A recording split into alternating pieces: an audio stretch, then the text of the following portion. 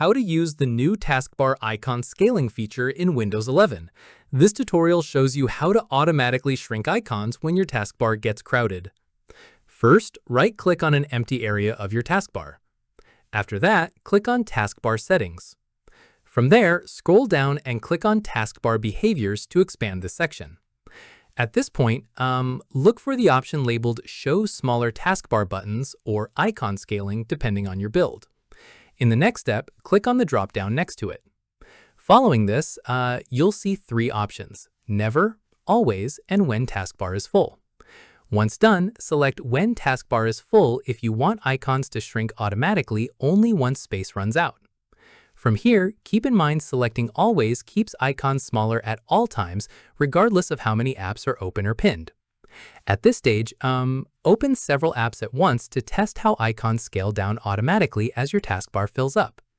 Keep in mind, this feature works alongside taskbar size settings, so combining it with a smaller taskbar height gives even more room for pinned and open apps. Finally, adjust this setting anytime from the same menu if you'd prefer a different scaling behavior. And that's it.